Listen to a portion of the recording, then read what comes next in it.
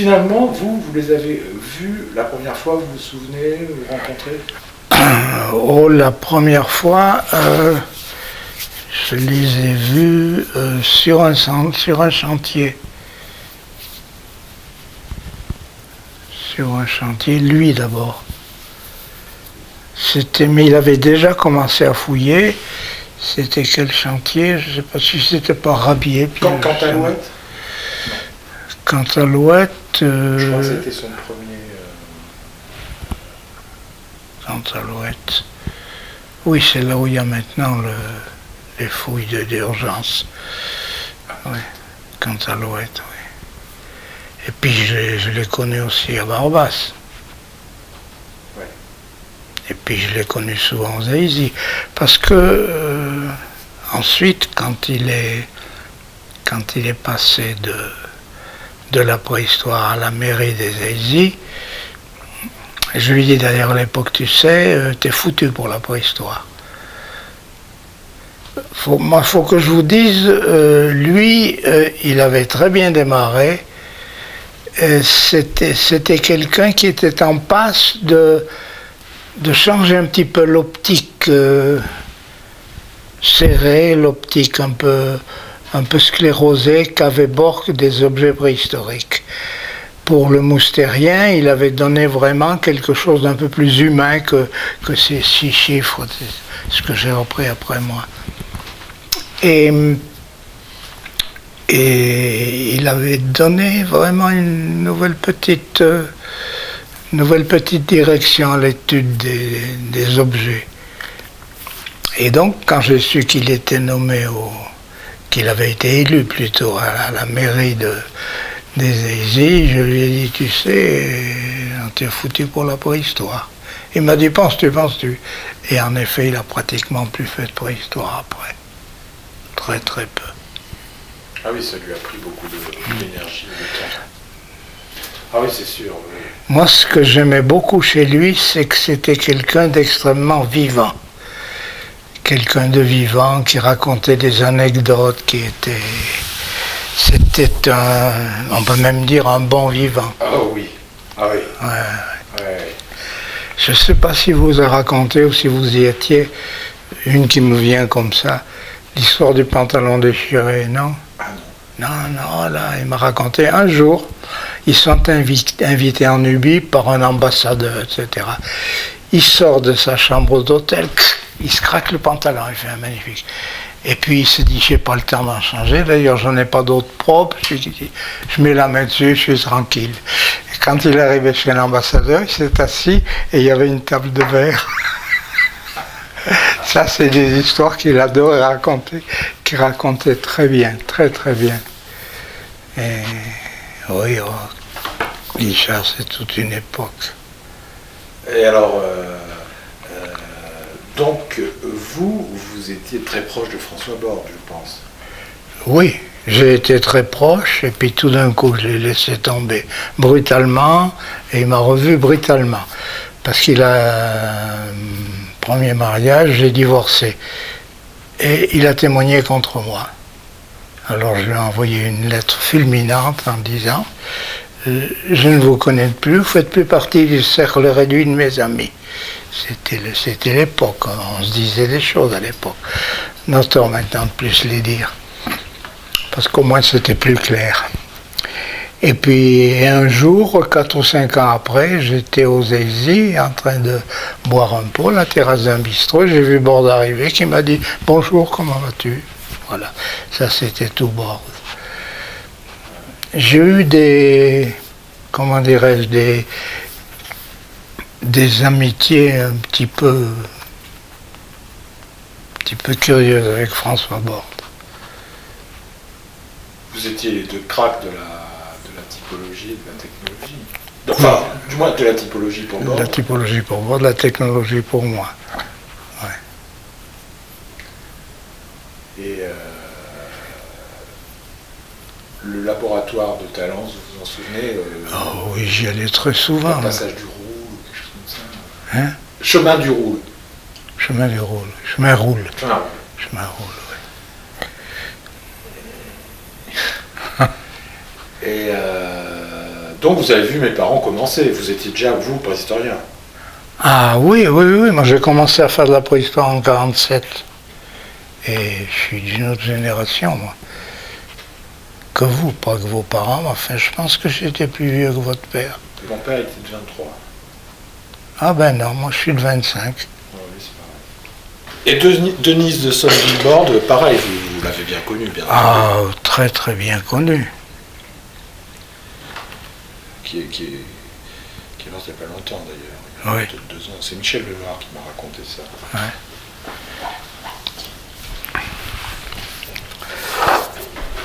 Michel, c'est un des derniers au laboratoire. Moi, j'aime beaucoup Michel, c'est un de mes fidèles.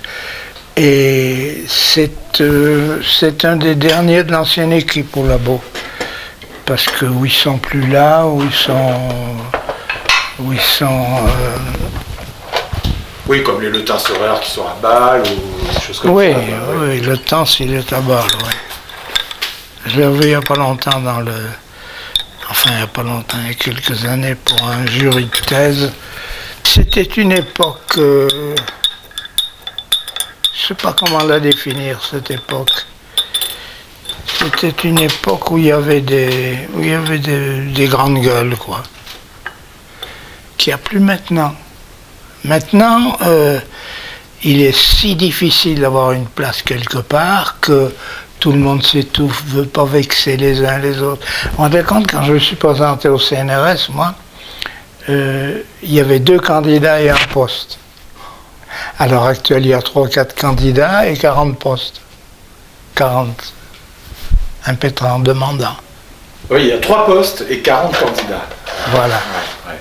Mais alors, pourtant, allez, moi, l'impression que j'ai, mais je ne me rends pas compte parce que je ne suis pas du tout dans le milieu de la préhistoire, mais il me semble qu'avant, il y avait très peu de préhistoriens dans les années 60. Vous étiez en France. Et puis, il y a eu, ça s'est professionnalisé, il y a eu les archéologues départementaux, tout ça. Ce qui fait que maintenant, il y a beaucoup plus de préhistoriens qu'avant, non? Oui. Oui, mais enfin, tout ce qui a été mis en place avec les circonscriptions, ce qu'on appelait les circonscriptions, ça n'a pas forcément apporté beaucoup de postes parce que, comme beaucoup, c'était des gens du CNRS, comme moi, qui avaient une circonscription. Et Vous avez été directeur de recherche. oui, moi, j'ai tout été. J'ai été stagiaire, attaché, chargé, directeur, chargé maître et directeur de recherche. J'ai fait tous les postes les uns après les autres. Maintenant, maître de recherche n'existe plus. On passe directement de chargé à directeur.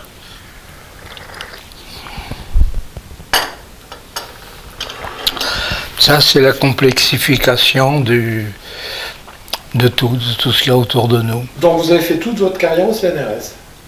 Non. Non. Non, j'ai commencé pendant 8 ans à être instituteur en Algérie. J'étais instituteur et j'ai fait des récoltes là-bas. J'ai commencé à publier en 1952 au Congrès panafricain de préhistoire à Alger. C'est là où j'ai rencontré pour la première fois Breuil. Je suis un des rares encore qui ait bien vu Breuil et qui l'ait, je ne peux pas dire connu à fond, mais enfin qu'il le voyait.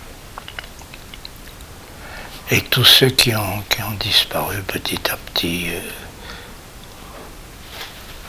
Est-ce que vous avez été au congrès panafricain de Dakar, où il y avait mon père, vers 68, 67? Oui. Dakar, j'y suis allé. Dakar, Nairobi. En quelle année vous dites? Je pense que Dakar, ça devait être vers 66, 67, comme ça. Oui, Dakar, ça y est.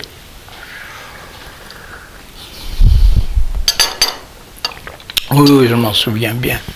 Il venait juste de s'installer aux Aisies puisqu'il a pris sa... Le musée? Oui, en 67.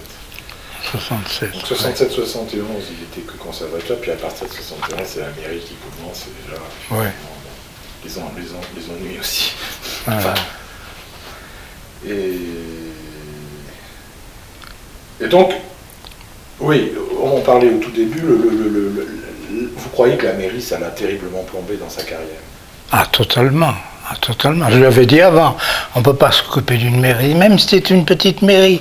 Cette mairie, elle est dit c'est petit, mais ça passe de 700 à 5000 habitants. Et puis il y a des tas de choses, il y a des tas de choses annexes. Bon, il n'y avait pas encore le château à côté des Églises. De campagne. Il n'y était pas encore. Maintenant, c'est un centre de recherche. Il y avait déjà le centre de... comment il s'appelle ce centre? Là où on fait maintenant les réunions pour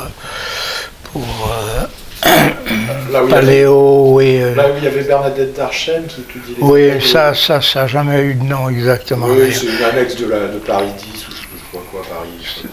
Non, c'est l'annexe de Bordeaux. Là, il y avait l'accord au départ. Moi, j'ai connu l'accord parce que c'est quelqu'un qui a travaillé en Afrique du Nord.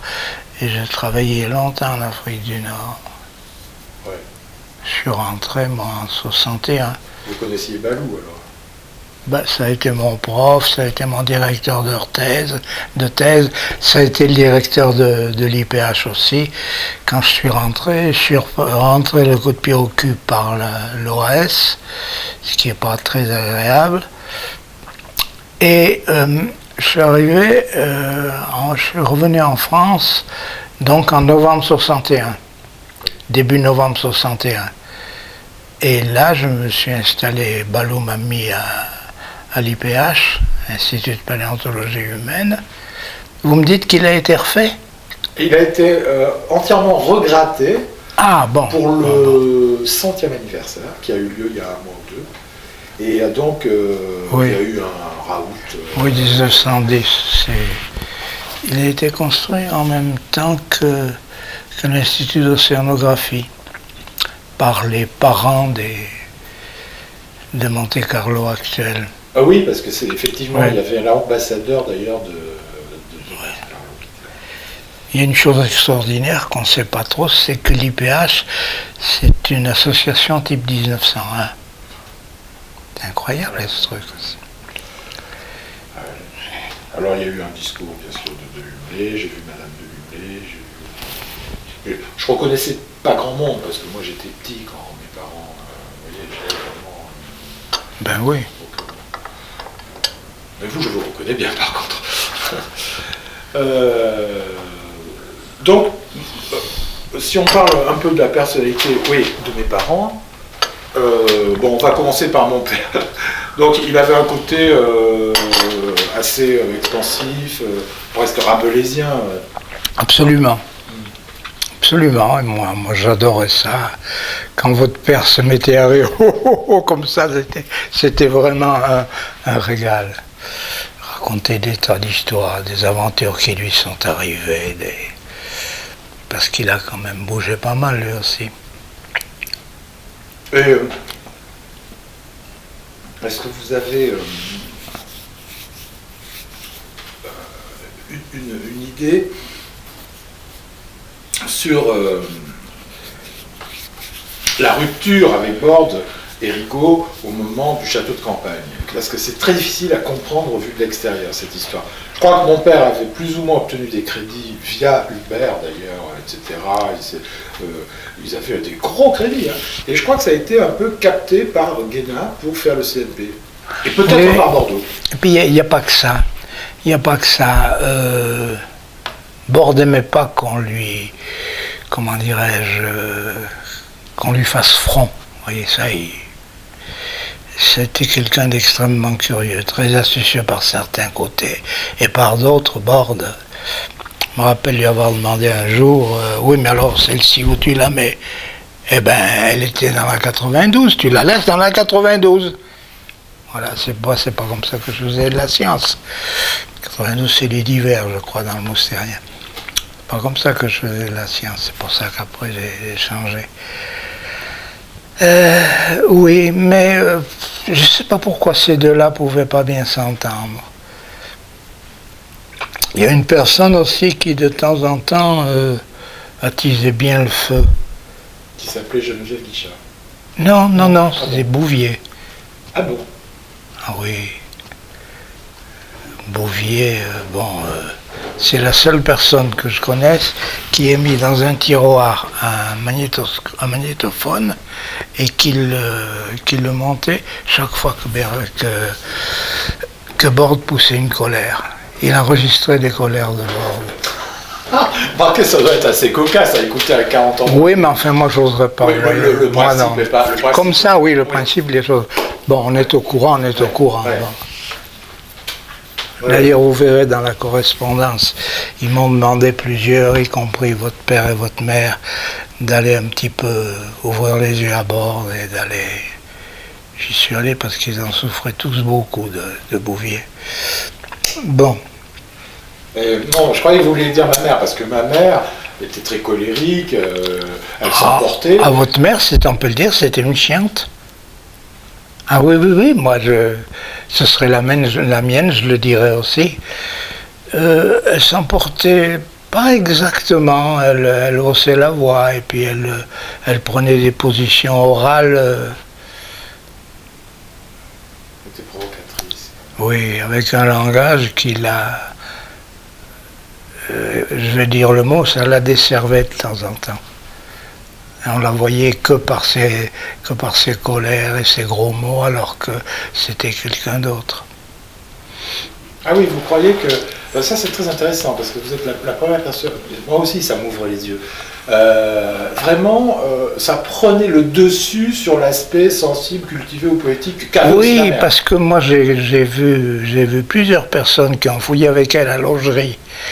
Eh ben, ils disent tous, c'était un chef de chantier épatant. On s'entendait bien, sur un chantier, mais ailleurs,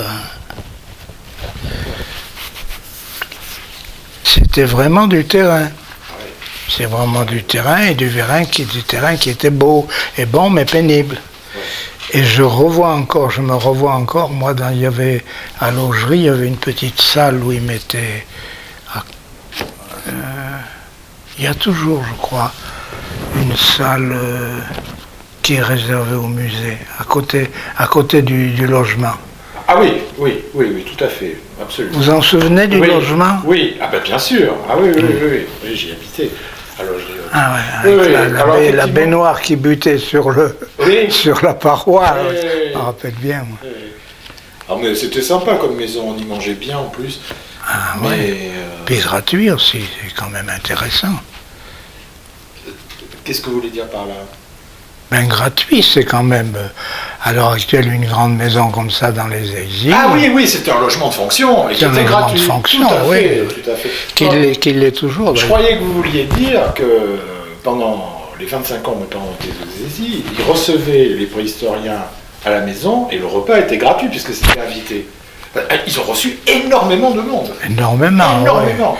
Moi, j'y suis allé plusieurs fois, mais Il y avait souvent Jean Chabert du bureau des fouilles qui descendait, etc.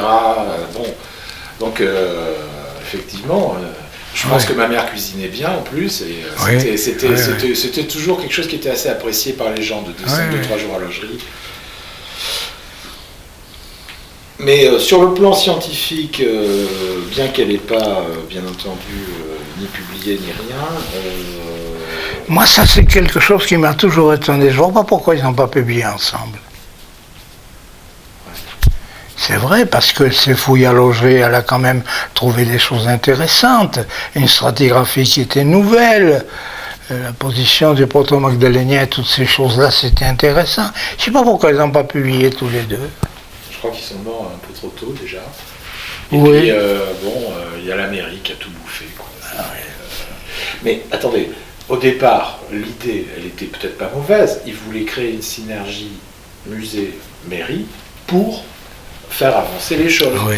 Mais Seulement, les synergies, dans cette région, ça ne marche pas bien.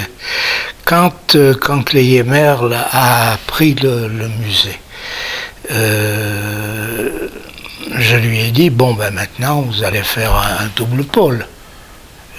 Université de Bordeaux et musée. Vous avez les collections d'un côté, les étudiants de l'autre, et l'enseignement.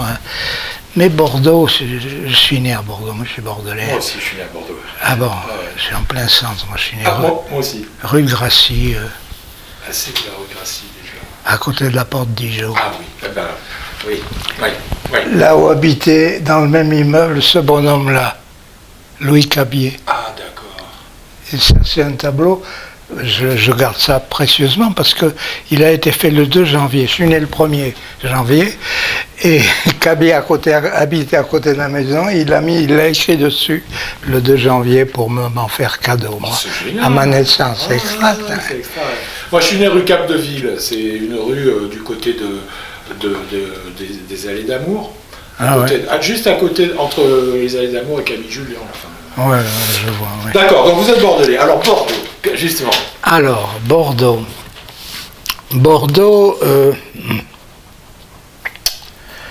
Bordeaux, la préhistoire a été créée dans un musée de géologie. Bordeaux n'est pas préhistorien, au départ, il est géologue. Il a fait une licence de géologie. Et lui, il est de Lot-et-Garonne. Moi, je pensais tout de suite qu'une fois en rapport avec le musée, que les problèmes de bord seraient passés, je pensais que Rigaud ferait ce qui sont possible pour... Eh ben non. Il est venu se créer un autre laboratoire, le laboratoire de Van der Merch.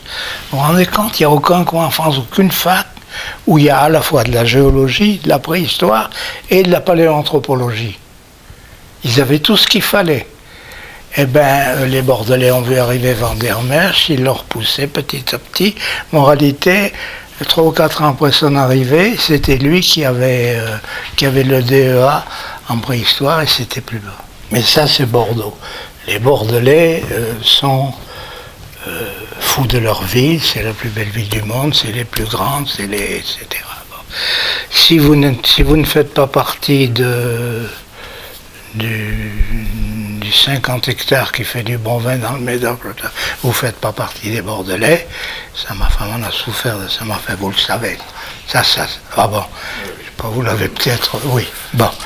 Donc vous êtes en train de me dire que Bordeaux n'a pas su marier ces 3 disciplines. Voilà. Et je me suis dit, moi, quand Bordeaux a disparu, puis etc., quand c'est passé quelques années, et que ça a été Rigaud qui a pris, je me suis dit, bon, maintenant, qu'est-ce qu'il peut faire avec les 3 disciplines? Eh bien, il n'y est pas arrivé, et je me suis dit après, et je l'ai poussé, et je l'ai dit en séance pour Paléo, là.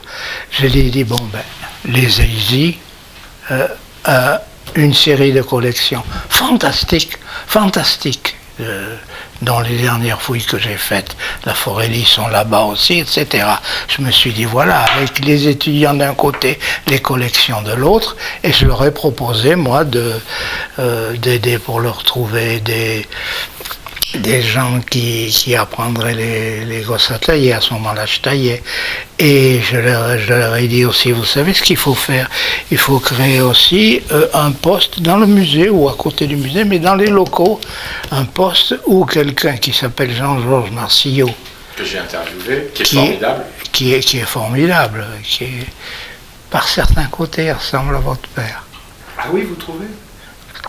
Par certains côtés, quand Jean-Georges est vraiment débridé, il ressemble un peu à votre père, dans sa façon de parler. Et bon. Alors donc il aurait taillé devant les gens. Et je leur ai dit, moi je viendrai faire des séances de taille, c'était il y a longtemps, hein. Vous avez Jean-Georges qui vient leur apprendre à dessiner. Bon, moi j'ai toujours fait des tas de conférences, j'en fais une encore fin novembre. Je vous fais des conférences, j'aide les gens, etc. Et puis non, ça n'a pas marché. Ça n'a pas pris, la mayonnaise ne prend pas. Je ne sais pas si c'est vraiment à cause des Bordelais ou chacun de son côté veut peut-être pas lâcher un petit peu quelque chose. Et donc Jean-Philippe Rigaud, qu'est-ce que vous auriez à en dire d'une façon générale? C'était un acteur important de tout ça pendant le oui, Jean-Philippe, moi je le connais très bien, je le vois encore. Jean-Philippe, c'est quelqu'un qui, il a fait sa carrière, quoi. Il a beaucoup pensé à sa carrière.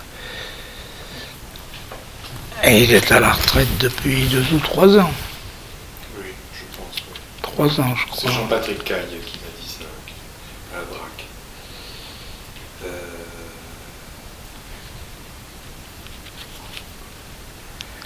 Autrement dit, ce sud-ouest, maintenant qu'on parle, tout le monde parle de pôle, de ceci, de mégalopole, etc.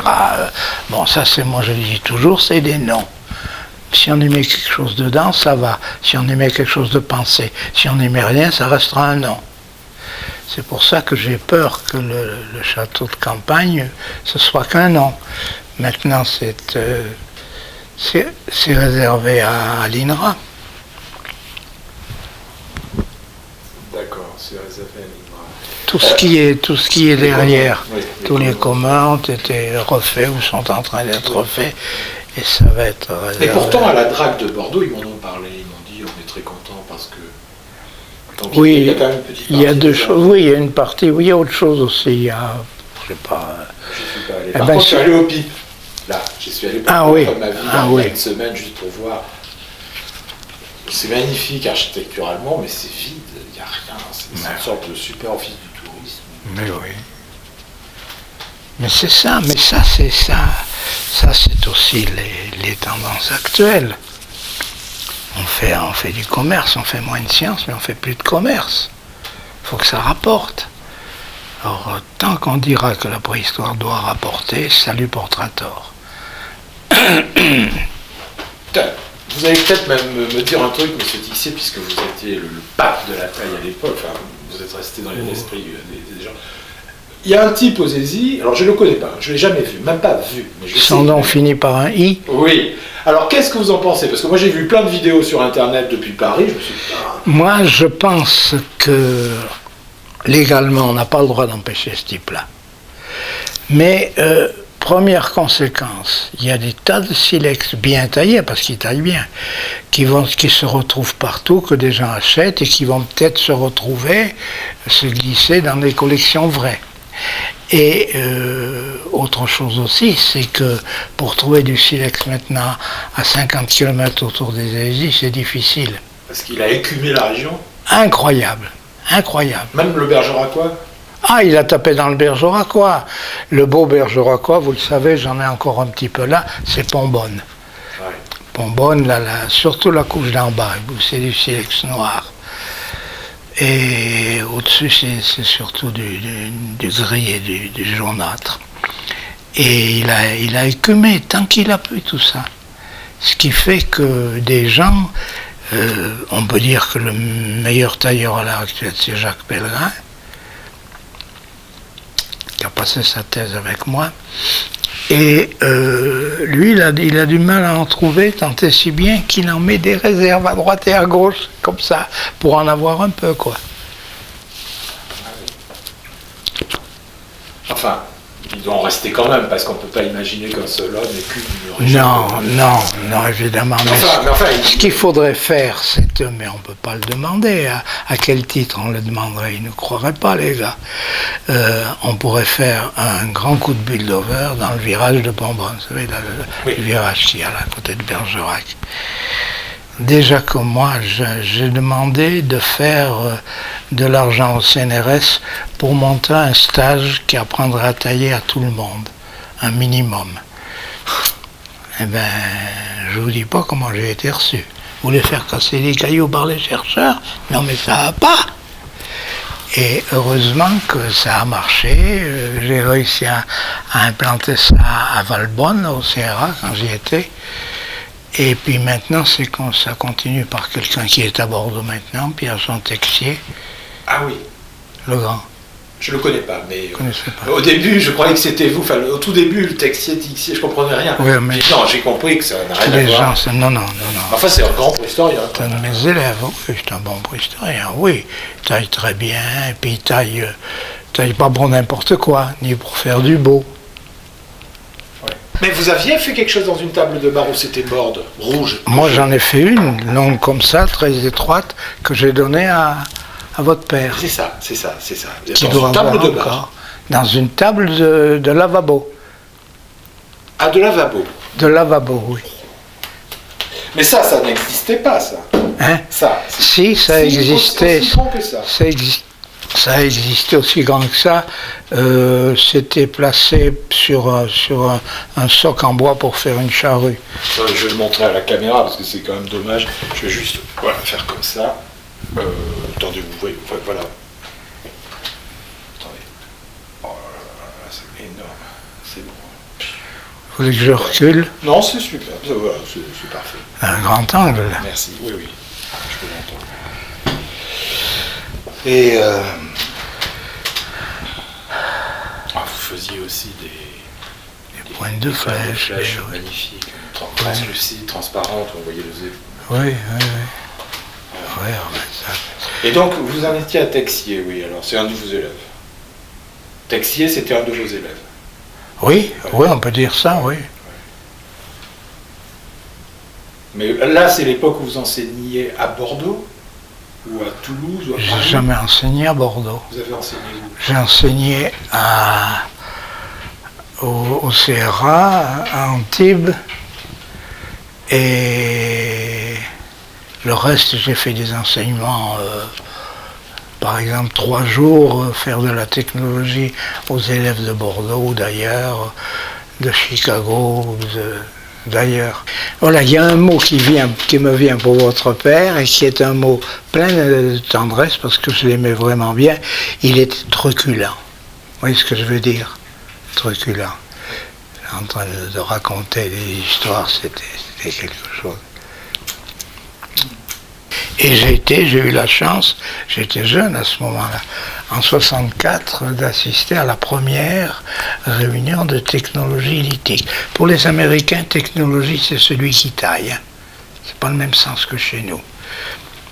Et donc, il y avait Crabtree, qui est devenu un ami ensuite, qui m'a fait une bague pour moi, personnellement. Celle-ci, je ne la quitterai pas. Il y avait Crabtree, il y avait des gens de Bordeaux aussi, il y avait Pariès, il y avait Bouvier, il y avait Madame Bordes évidemment. Là, j'ai quelques photos, mais votre père n'y était pas. Et cette réunion, c'est 64, aux Aisy. Oui, en 64. Oui. 64. Ouais, il n'y était pas encore. Et vous faisiez de la pression? Comme oui. Crabtree, enfin, comme... Ah non, c'est Crabtree qui m'a appris à faire de la pression. C'est ça, voilà, c'est Crabtree qui vous a... Justement, en 64, Crabtree nous a, je le dis ça dans une préface, nous a ouvert le monde de la pression. Et bord de moi, on est resté 3 jours sans dormir. C'est vrai, hein? D'avoir vu ce type-là tailler par pression avec une béquille, d'enlever des lames relativement longues, quoi, au-delà de 12 cm, ça fait quand même... Ça se passait aux Aisy, à l'époque où, je ne sais pas si vous n'avez pas connu l'hôtel du centre. Si, vous avez connu. Chez Garrigue. Vous avez connu la mère Garrigue? Oui. Oh. Madame Garrigue, vous comprenez, j'ai pas grand-chose à la tête, je vais presque rien, je vais vous faire une omelette aux truffes. Tiens, ça changera. Voilà. Quand elle n'avait rien donné à manger, elle faisait une omelette aux truffes avec Riri et son frère. Ah oui, Riri et Harry. Riri. Ouais. Et il y avait aussi, comment il s'appelle, Movius, vous avez dit. Ah oui, Movius, il fouillait Pato. Voilà, vous l'avez connu, Movius? Ah très bien, Movius, moi je l'ai très bien connu. Je ne sais plus qui c'est qui m'a raconté qu'il était de la CIA, etc. Mais chaque Américain était susceptible d'appartenir à la CIA à l'époque, j'ai l'impression. Oui. Oui, mais ça, oui, dès qu'un Américain venait travailler en France, on disait, méfiez-vous, c'est un espion. Ça, c'est la folie française. Et Monsieur Tixier me disait tout à l'heure que des fois ma mère était bon. Il me dit elle était chiante. Premièrement, il a commencé comme ça. Ah oui. Écoutez, je suis pas là pour lancer des fleurs à quelqu'un. Je suis là pour dire ce que j'ai senti. Hein, c'est ça. Bon. Et c'est vrai que politiquement, elle était provocatrice, quoi. Elle était provocatrice.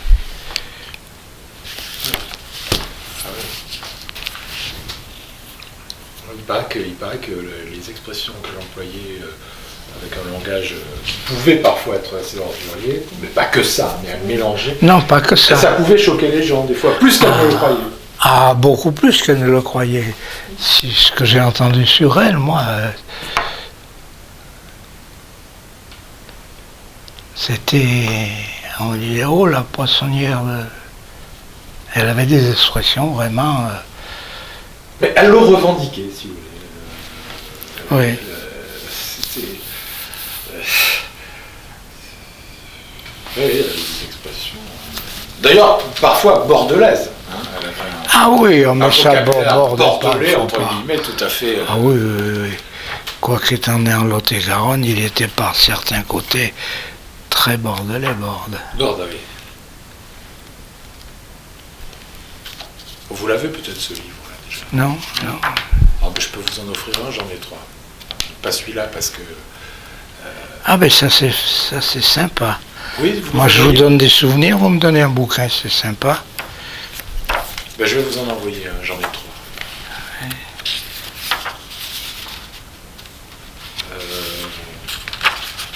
Non, vous êtes dans le Time Life.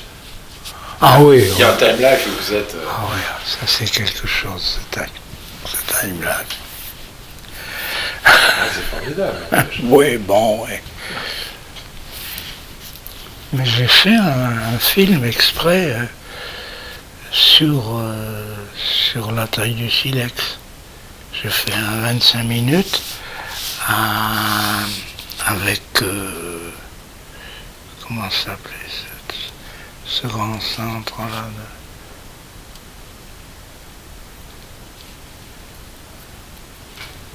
En Dordogne? Non. Hein? En Dordogne? Non, quelque chose de national. La SFP? Non, mais un truc de production audiovisuelle? Oui.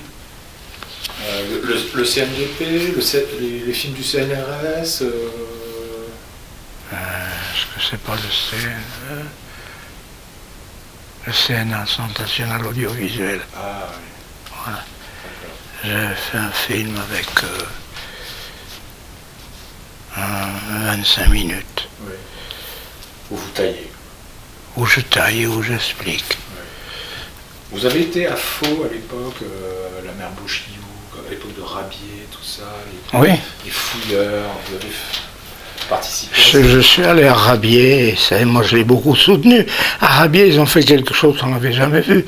On ne savait pas comment étaient placées les choses, il y en avait des temps en surface. Ils ont fait une tranchée qui parcourt tout le gisement. En faisant attention, mais enfin une tranchée, quoi. Rabier, c'est presque en surface, c'est à 30-40 cm. Et tout le monde a gueulé, et moi je les ai soutenus, parce que c'était la seule façon de voir où s'arrêtait le gisement. On ne partait pas dans l'absolu, ça, on savait où on était. Vous êtes sûr que c'est Rabier, c'est pas Barbas, la tranchée? Ah non, c'est Rabier. Rabier. Il y a une tranchée à Barbas. Moi j'y suis allé il y a 2 ans, là, avec le Boïda.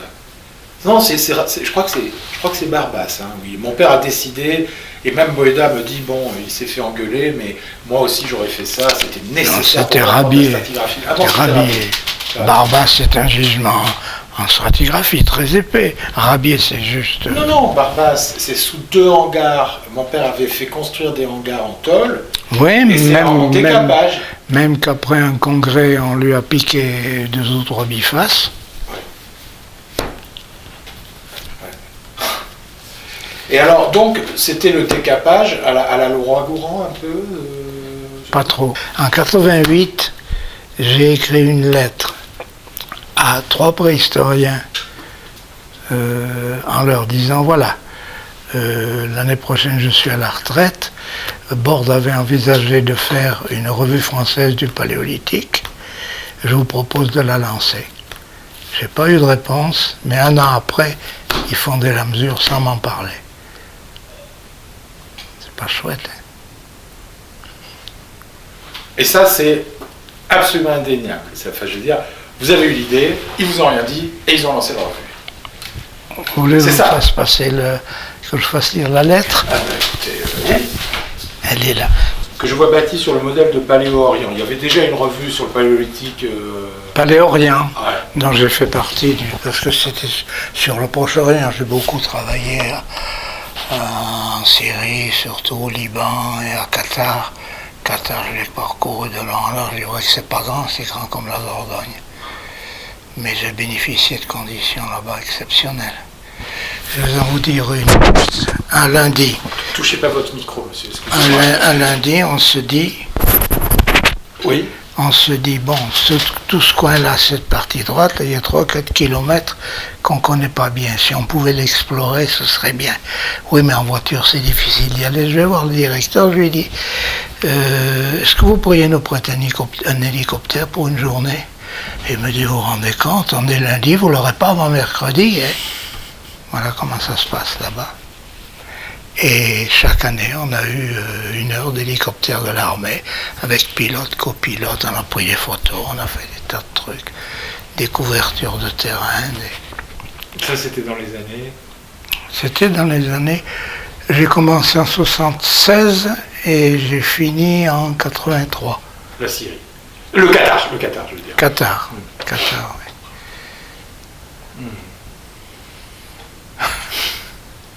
Et c'était quoi comme industrie là-bas? Oh, il n'y a rien de très très ancien. On a cru qu'il y avait des moustériens. Justement, on a fouillé une dizaine de sites et puis il n'y a pas de moustériens. Les industries les plus anciennes sont 10 000 avant Jésus-Christ. Mais enfin, le jour où on a trouvé un squelette, le ministre est venu, le ministre